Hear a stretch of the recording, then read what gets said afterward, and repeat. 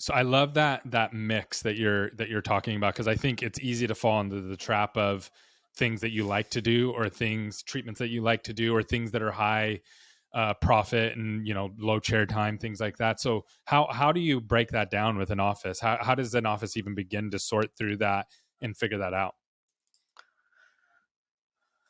Well, your practice management software really have good tools in them. If you just run your procedure mix for the whole year, it's going to tell you that these Hmm. were the percentages, and you really have to start to evaluate those percentages and look at them. Okay, and what procedure mix did we Mm, leave on the table last year? I went in an office the other day. The office has really doubled in a year, that's which awesome. is wonderful for us. But we looked and we looked Hmm. at restorative procedures, right? And honestly, we left 200 crowns on the table in the last quarter. They just were in the mix of everything, the hustle bustle, the large cases.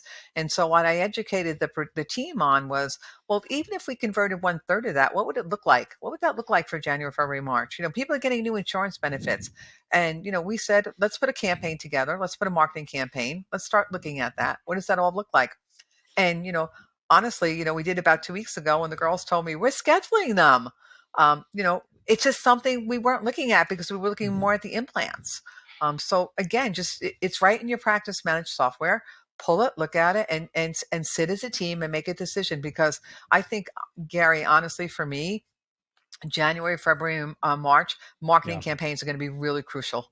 I just think it's, I'm telling Yeah. everyone, Yeah. and not because I'm on with you in the market, Yeah. I'm telling everyone, hit your So marketing hard. Hit your marketing So, hard. I think so it's going to be when you say crucial. marketing, are you talking external marketing, attracting new patients? Or are you talking internal marketing to cultivate, just like what you talked about? You had 200 crowns on the table, call those people. Or are you talking, you got to do both? You got to do both. And I think where people miss it is, what's the rate of return on marketing? I tell people all the time, don't just look at the new patients. You've got to look at what the new patients are referring you, right? There's another sector to this all that's really important. So if I draw in a new patient, I want 2 or 3 referrals from that Mm, new patient. What does that look like? And really looking at those numbers and those payer mixes and procedure mixes, you could put together the Super Bowl of dentistry. I talk about that a lot. What does the Super Bowl of dentistry look like to you? What is going to take you over that touchdown? What's it going to look like?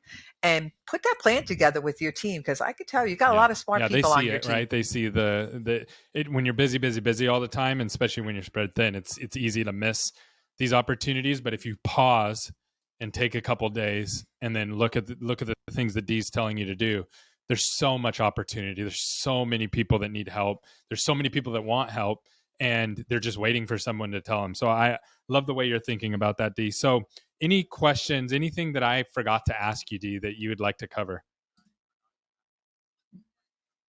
The one thing that I would like to cover is, everybody in their practices should use experts. Yeah. Not me, don't get me wrong, but we should use experts. I mean, I find a lot of times we're going in and people are trying to develop their own hygiene program when you probably can make a phone call to an easy person. They could take you down that road.